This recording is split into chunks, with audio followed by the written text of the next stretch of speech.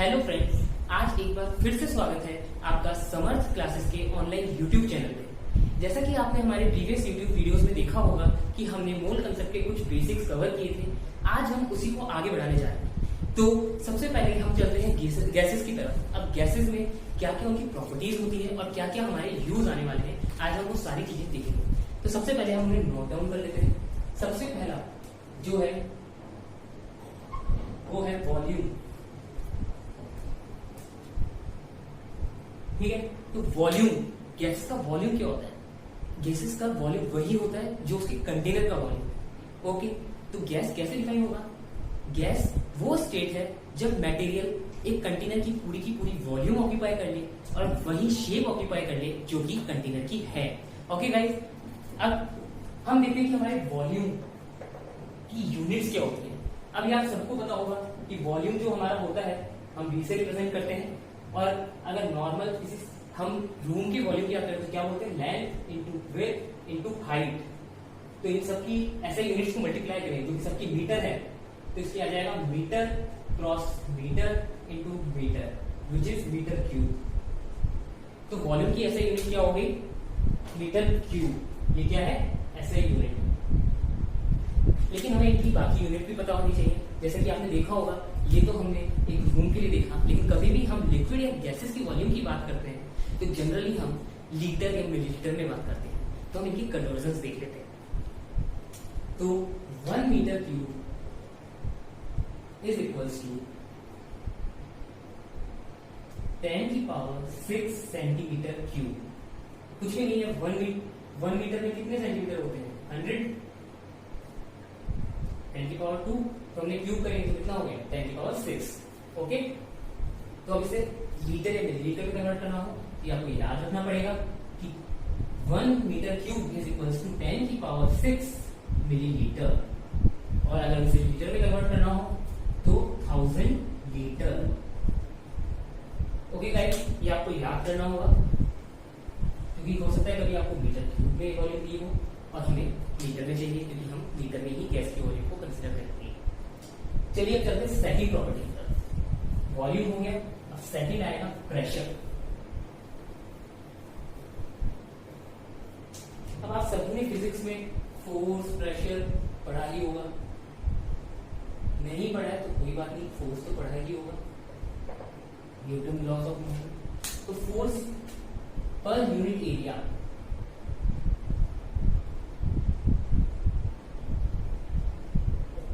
ये क्या होता है? फोर्स पर यूनिट एरिया को क्या बोलते हैं हम? प्रेशर।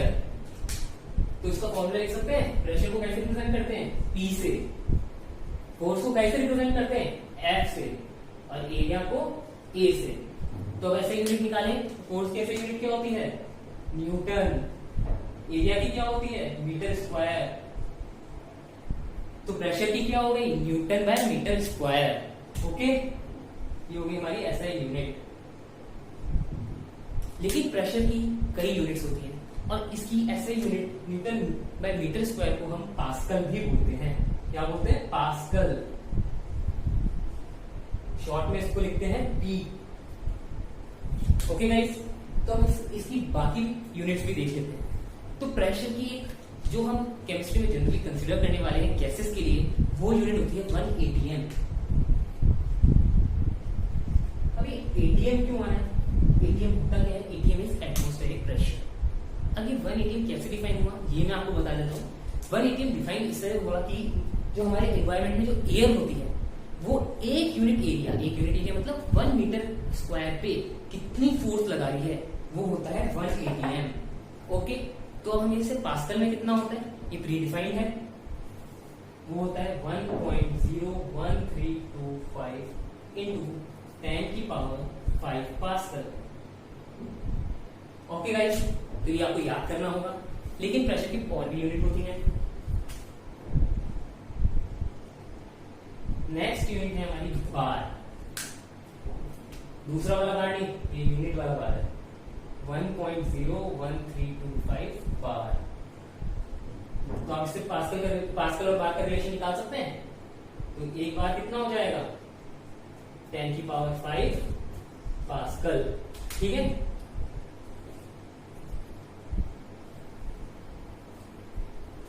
अगर हम प्रेशर की और यूनिट की बात करें तो इसकी एक और यूनिट है जिसे हम बोलते हैं टॉर, वो होता है 760 टॉर।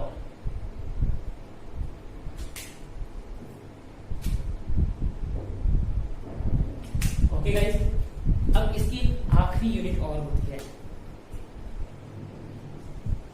जो हमारे केमिस्ट्री में काम आने वाली है, वो है 1 atm is equals to 760 mm of Hg, या फिर mm को हम सेंटीमीटर में कन्वर्ट कर दें तो कितना हो जाएगा ये 76 सेंटीमीटर ऑफ Hg। ओके, आप लोगों को नहीं पता तो मैं बता देता हूँ, Hg इज मरकरी, हमारे पीरियोडिक टेबल का एलिमेंट है मरकरी। आपने देखा होगा हम टेम्परेचर नापने के लिए जो हमारा थर्मोमीटर होता है, जो बुखार आता है तो उसमें मरकरी का यूज करते हैं, वैसे ही प्रेशर में भी हम मरकरी का यूज करते हैं। एक इंस्ट्रूमेंट होता है जिसे हम बोलते हैं बैरोमीटर, जिससे हम प्रेशर नापते हैं, उसमें मरकरी का यूज होता है। इसका एक रफ डायग्राम मैं आपको बता देता हूँ। मान लीजिए ऐसा कुछ कंटेनर है, उसमें मरकरी भर रखा है हमने बहुत सारा, और एक ऐसी उल्टी ट्यूब पड़ी होती है जिसमें मरकरी से रेज करता है, जो हमें बताता है कि कितना प्रेशर है। तो ये हमने पाया कि जब हमने इसे खुले 1 atm प्रेशर में रखा, मतलब खुले में रखा, तो जो हमारा मरकरी राइज किया उसकी लेंथ हो गई 76 सेंटीमीटर। कितनी लेंथ राइज करी? 76 सेंटीमीटर। तो 76 सेंटीमीटर राइज करी, तो इसलिए हमने एक नई यूनिट डिफाइन करी 760 mm of Hg। Okay guys, चलिए अब हम चलते हैं नेक्स्ट प्रॉपर्टी की तरफ, जो कि हमारे मोल कंसेप्ट में यूज होगी। ये सब बेसिक्स है, कुछ भी इतना हार्ड नहीं है। आपको ये कन्वर्जन प्रेशर के सारे ऐसे यूनिट्स टू अदर यूनिट्स ये याद करने होंगे। हालांकि जो हमारे यूज आते हैं मेजरली वो एटीएम है और पास्कल है, बट फिर भी कभी आपको क्वेश्चन में घुमा के दे दिया कि 760 mm ऑफ Hg अगर प्रेशर है तो बताओ कुछ वॉल्यूम निकालें एंड काइंड ऑफ, तो हम आगे देखेंगे। ओके, तो हम चलते हैं नेक्स्ट, थर्ड पॉइंट है हमारा टेम्परेचर।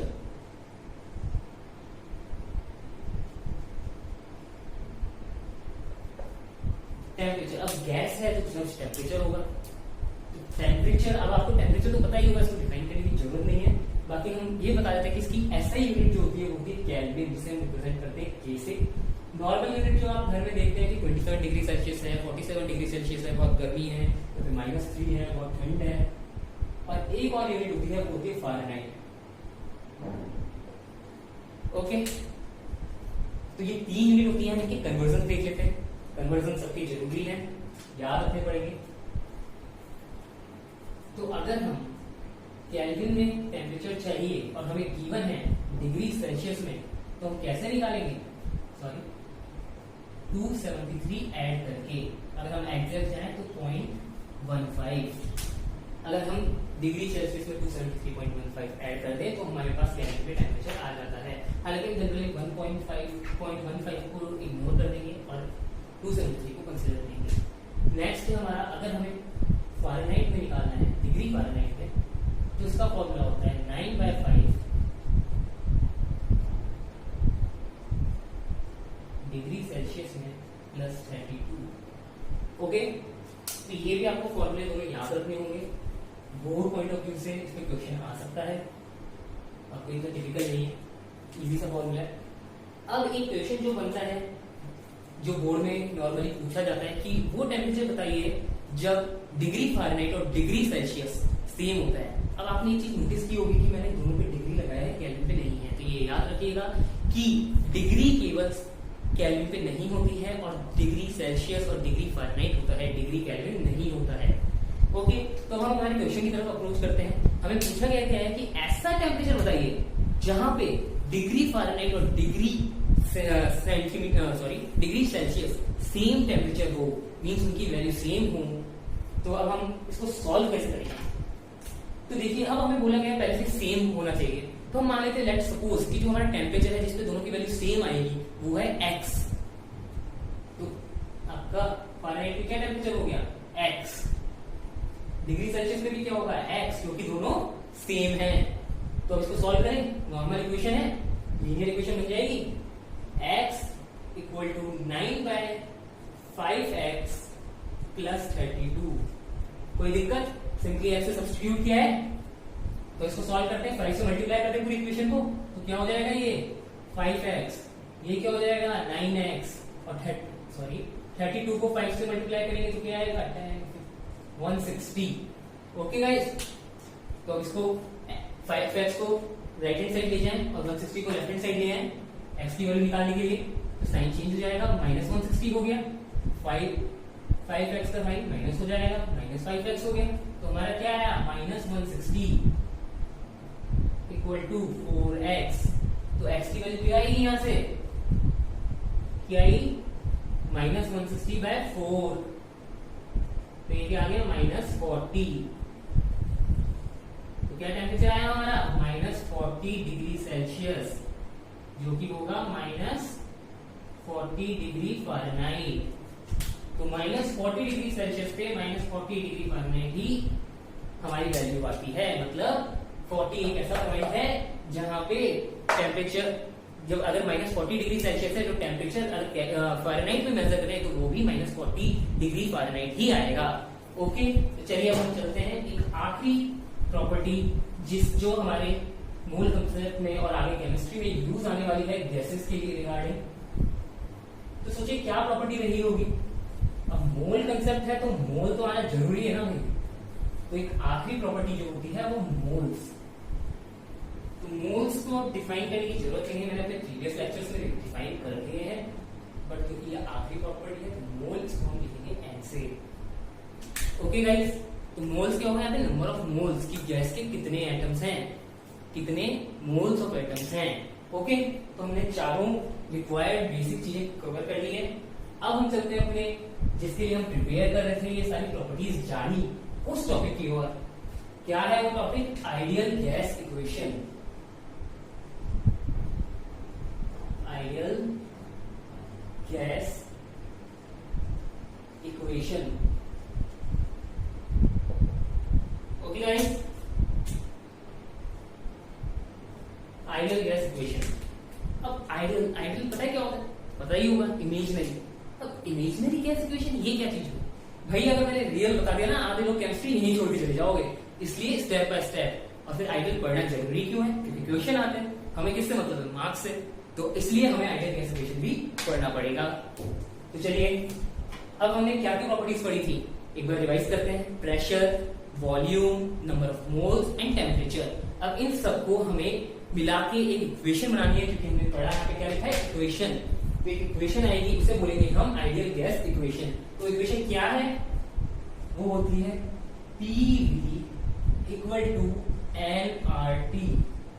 अरे भाई ये R कहां से आ गया, ये R क्या बोला है, तो भाई डरिए मत, हर इक्वेशन में केमिस्ट्री के एक न एक कांस्टेंट तो आएगा ही। तो भाई अब इस कांस्टेंट का नाम भी होगा, तो भाई हाँ है, इस कांस्टेंट का नाम है universal gas constant. Universal gas constant. अरे भैया कांस्टेंट है तो इसकी वैल्यू भी प्रीडिफाइंड होनी चाहिए। हाँ जी है जी, क्यों नहीं है, तो आर की वैल्यू जो होती है, तो पहले हम आर को डिफाइन कर लेते हैं। अगर हम आर की वैल्यू यहां से निकाले इसको लेफ्ट हैंड साइड में ले जाके, तो ये क्या आएगा PV इक्वल्स टू n/T। तो अगर आप वैल्यू से पहले अगर हम इसकी यूनिट्स देखें तो P की यूनिट क्या होती है, पास्कल, प्रेशर की यूनिट पास्कल, वॉल्यूम की मीटर क्यूब, या फिर हम गैस की बात कर रहे हैं तो लीटर, तो गैस की बात।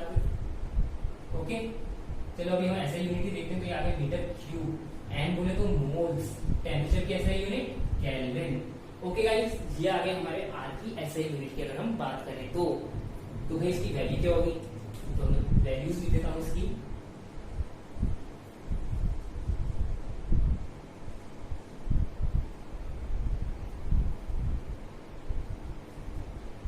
ATM litre by mole kelvin.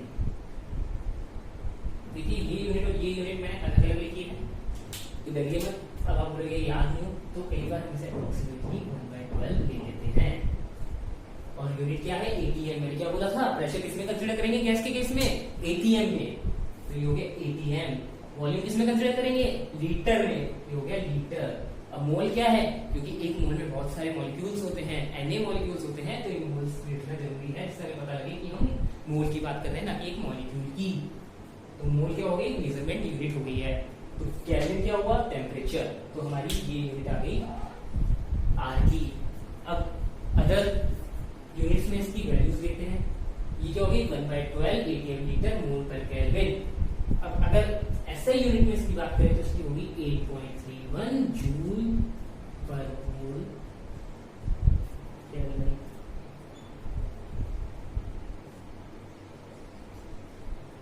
पर मोल केल्विन, ये आ गई ऐसे यूनिट में। अब नेक्स्ट एक और होती है कैलोरी, जो कि एनर्जी की यूनिट है, 1.97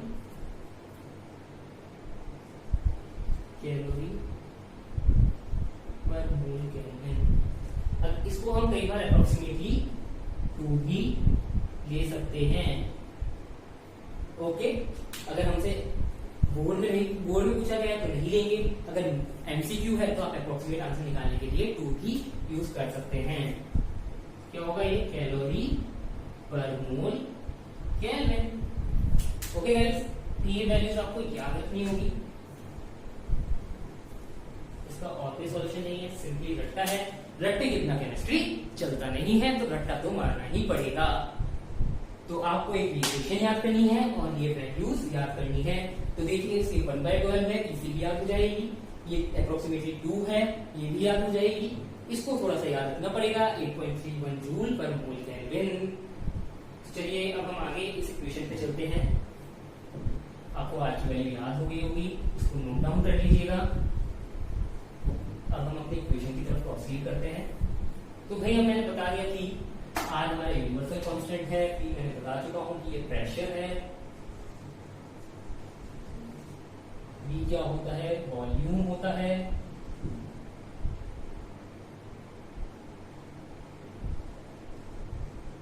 आज मैं बता चुका हूं n नंबर ऑफ मोल्स है, T क्या है, टेम्परेचर है। अब भाई अगर आप एक ही फॉर्मेट फॉलो करो हमेशा इस इक्वेशन को सॉल्व करने का तो बेटर होता है, वरना आप ऐसे यूनिट्स या अदर यूनिट्स में कंफ्यूज कर जाओगे और आप क्वेश्चन को गलत सॉल्व कर दोगे। तो प्रेशर को हम हमेशा किसमें लेंगे, एटीएम में। वॉल्यूम को हम किसमें लेंगे, हमेशा लीटर में। टेम्परेचर किसमें, केल्विन में। और मोल्स तो मोल्स है, नंबर लेना है। ओके, तो फिर इस केस में यूनिवर्सल गैस कांस्टेंट की वैल्यू क्या होगी, याद कीजिए, एटीएम लीटर पर मोल केल्विन क्या था, 1/12 अप्रोक्सीमेटली, जो कि होता है 0.082। ओके, चलिए अब इस पे क्वेश्चन कर लेते हैं।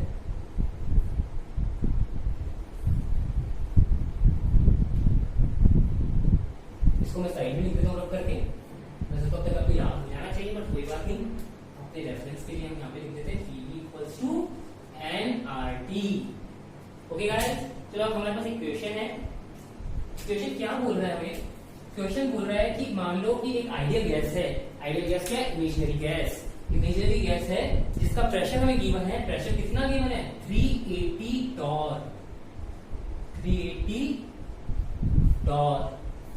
और अब हमें और क्या गिवन है इसमें हमें गिवन है कि इसका वॉल्यूम हमें गिवन है। वॉल्यूम है 4 मीटर क्यूब। और टेम्परेचर क्या है इसका, ये भी गिवन है हमें, 500 केल्विन। ओके, तो फिर अब हमें करना क्या है, इसमें कैलकुलेट करना है हमें नंबर ऑफ मोल्स।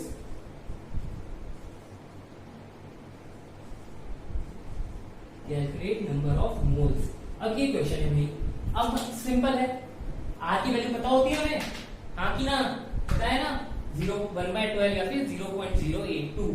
पी की वैल्यू दे रखी है, वी की वैल्यू दे रखी है, ए की वैल्यू दे रखी है, तो क्या डायरेक्ट पुट कर दे, नहीं। क्यों, क्या बोला था मैंने, हमेशा एक फॉर्मेट फॉलो करेंगे। क्या है यहाँ पे यूनिट, टॉर। किसमें कन्वर्ट करेंगे, एटीएम में। तो प्रेशर क्या हो गया, 380 टॉर एक एटीएम कितना होता है 760 टॉर। वीडियो में ही बताया अभी थोड़ी देर पहले। क्या करेंगे प्रेशर को उसमें करने के लिए डिवाइड बाय 760 एटीएम कितना आ गया हाफ। तो प्रेशर क्या हो गया हमारा हाफ एटीएम। वॉल्यूम किसमें है मीटर क्यूब में। किसमें कन्वर्ट करेंगे लीटर में। एक मीटर क्यूब कितना होता था 1000 लीटर 1000 लीटर। ये कितना हो गया 4000 लीटर। टेम्परेचर किसमें गिवन है केल्विन में। कन्वर्ट किसमें करेंगे अरे क्यों करेंगे भाई केल्विन में है नहीं करेंगे। तो आ गया हमारे पास। अब क्या करना है वैल्यू पुट करनी है। आर की वैल्यू भी पुट लिख लेते हैं यहाँ पे 1/12 या फिर मोर प्रिसाइज सॉल्व करना है तो 0.082। ओके तो चलिए नंबर ऑफ मोल्स निकालते हैं। ऐसे रब कर देता हूं। तो वैल्यू पुट करें। प्रेशर की क्या वैल्यू आई हाफ। वॉल्यूम कितना आया 4000।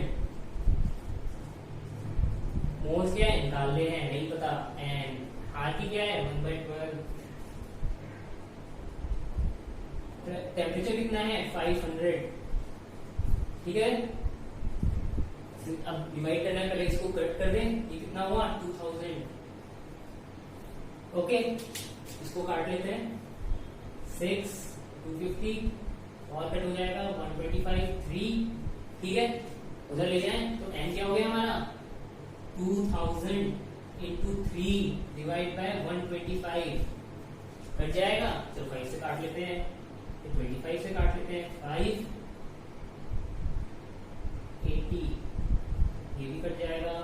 कितना आया 16 कितना आ गया 60 इंटू 3 कितना होता है 48। आंसर आ गया हमारे पास। कितने मोल्स आए 48 मोल्स। ठीक है बच्चों चलो अब आगे चलते हैं। ये खत्म हो गया। अब एक टॉपिक और रहता है हमारा मोल कंसेप्ट में आखिरी टॉपिक। ये आइडियल गैस इक्वेशन के अंदर ही आता है। देखिए अगर हम यहाँ पे हम आपने देखा 4 फैक्टर है प्रेशर वॉल्यूम टेम्परेचर और क्या है एक मोल्स। मोल कंसेप्ट है मोल तो आएगा ही आएगा। अब इस टॉपिक का नाम है standard temperature and pressure.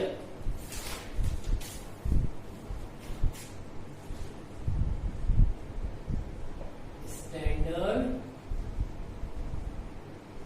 Temperature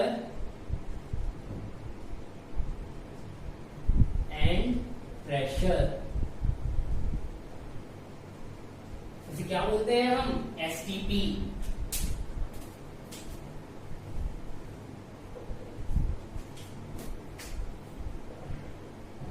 इसको हम एनटीपी भी बोलते हैं। एनटीपी बोले तो नॉर्मल टेम्परेचर एंड प्रेशर। अब इससे आपको पता लग रहा है स्टैंडर्ड नॉर्मल किसके लिए बोल रहे हैं टेम्परेचर और प्रेशर के लिए। तो हमारा क्या फिक्स हो जाएगा प्रेशर और टेम्परेचर। तो जब भी हमें बोल दिया कि स्टैंडर्ड टेम्परेचर प्रेशर मतलब एसटीपी पे क्वेश्चन को सॉल्व करो तो हमें कभी भी प्रेशर और टेम्परेचर नहीं दिया गया होगा। तो उस केस में हम क्या लेंगे हमारा जो प्रेशर होगा वो होगा 1 atm। ओके और जो हमारा टेम्परेचर होगा वो क्या होगा 300 केल्विन। ओके गाइस तो अब हमारा जब भी लिखा होगा क्वेश्चन में कि एसटीपी एनटीपी पे सॉल्व करना है तो हमें ऑटोमेटिकली एज्यूम कर लेना है। इसे नोट डाउन कर लीजिए। ठीक है तो अब हमारा क्या अननोन रह गया इक्वेशन लिख लिया दोबारा। यहाँ लिख देते हैं PV इक्वल्स टू nRT। अब देखिए अगर हम एसटीपी की बात कर रहे हैं तो हमारा प्रेशर कांस्टेंट हो गया। इसको हम कट कर देते हैं ऐसे। चलो छोड़ो कट नहीं करते हैं। प्रेशर हमारा कांस्टेंट हो गया कितना 1 atm। वॉल्यूम का कुछ पता नहीं पता। आर क्या है पहले से कांस्टेंट है कितना 1/12। टी कितना है 300 केल्विन। तो एसटीपी पे क्या दो अननोन बचे एन और बी। तो अगर हम इसकी डायरेक्टली वैल्यू पुट कर दें तो हमें क्या मिलेगा। हम पाएंगे कि अगर 1 मोल हमने लिया है कि एक मोल कोई गैस है एसटीपी पे, एसटीपी बोले तो 1 atm प्रेशर और 300 केल्विन टेम्परेचर, तो उसकी जो वॉल्यूम होती है वो होती है 22.4 लीटर्स। ओके गाइस, ये याद रखना पड़ेगा आपको, वहां पे बैठ के निकालने में नहीं लगना, टाइम कम होता है, चाहे बोर्ड एग्जाम हो चाहे जेई हो, हर जगह टाइम की बहुत कीमत है, तो ये आपको रट्टा मारना पड़ेगा। केमिस्ट्री है तो रट्टा है। तो भाई 1 मोल में कितना, अगर एसटीपी है तो 1 मोल कितनी वॉल्यूम देगा, 22.4 लीटर्स। चलिए अब हम अगर मान लीजिए 2 मोल है तो कितना हो गया, 2 मोल 3 है तो कितना हो गया, इसको 2 से मल्टीप्लाई कर दें 44.8 लीटर्स। 3 मोल है तो कितना हो जाएगा, 100 into 3 कर देंगे, क्या आएगा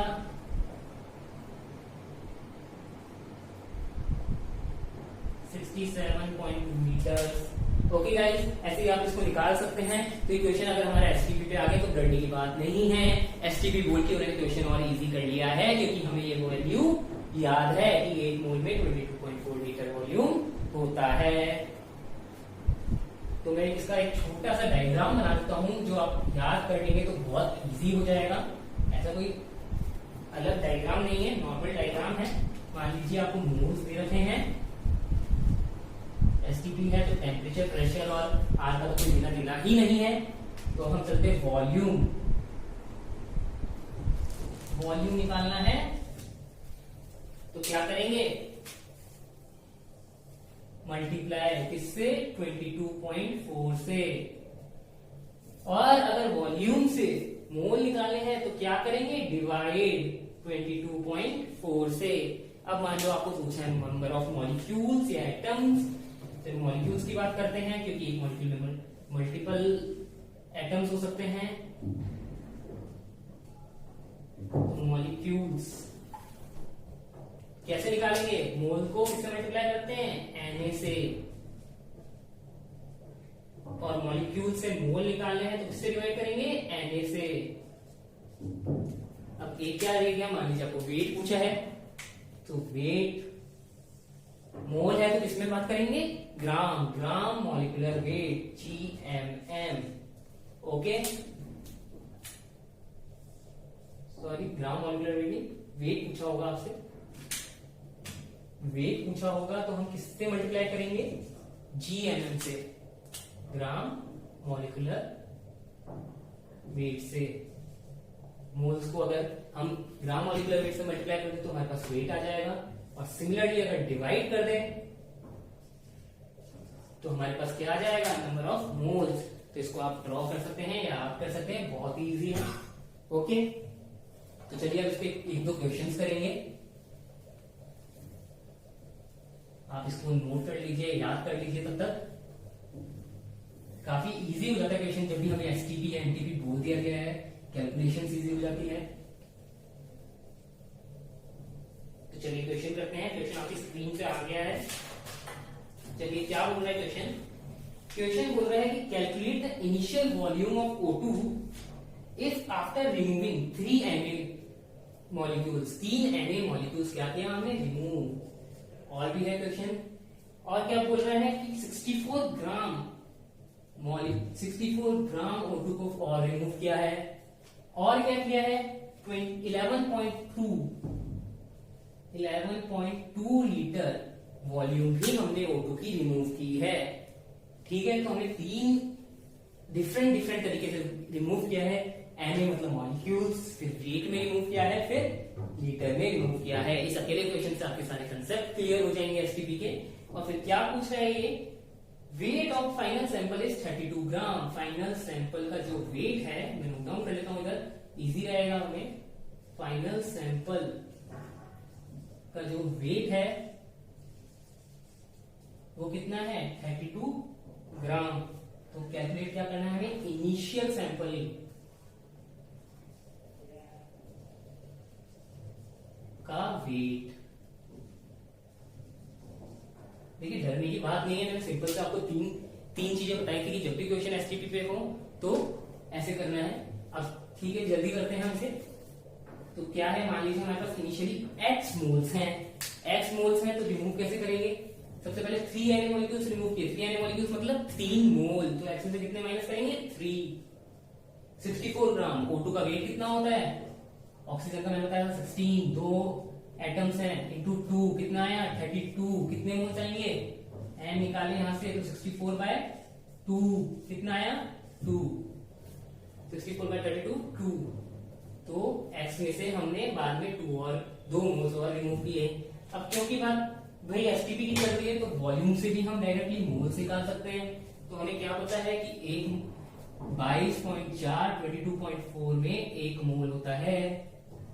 तो भाई बताओ 11.2 में कितना होगा? कितना होगा? डिवाइड बाय 2 किया है तो ये कितना हो जाएगा? Divide by 2 half moles. Okay, तो कितने मोल्स रिमूव किए? 0.5। फाइनली क्या है? 32 ग्राम। O2 का वेट कितना था? 32/32 1 कितना आया? 1 मोल। भाई हमारे पास फाइनली 1 मोल बचा और ये 3 तरीके से हमने उसको रिमूव किया है। तो ये इनको ऐड करके उधर ले जाके 1 + 3 + 2 + 0.5 कितना हो जाएगा? 1 + 3 4 + 2 6 6.5। ये आ गया हमारे पास नंबर ऑफ मोल्स इनिशियली। अब पूछा क्या? लेकिन हमें वेट पूछा है। O2 का वेट क्या था भाई? O2 का वेट था 32। तो हम वेट के लिए क्या करते हैं? पीछे डायग्राम में मैंने दिखाया भी था कि सिंपली N × GMM। तो N क्या है यहाँ पे? 6.5। GMM क्या है? 32। तो इसको मल्टीप्लाई कर देते हैं। क्या आएगा? 16।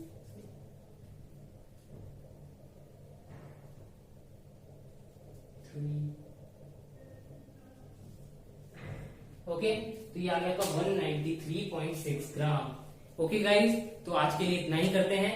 आपने देखा कि कितना इजी क्वेश्चन था, चाहे कितना ही घुमा के लिखा हो, एसटीपी या एनटीपी लिख दिया तो बहुत इजी हो गया।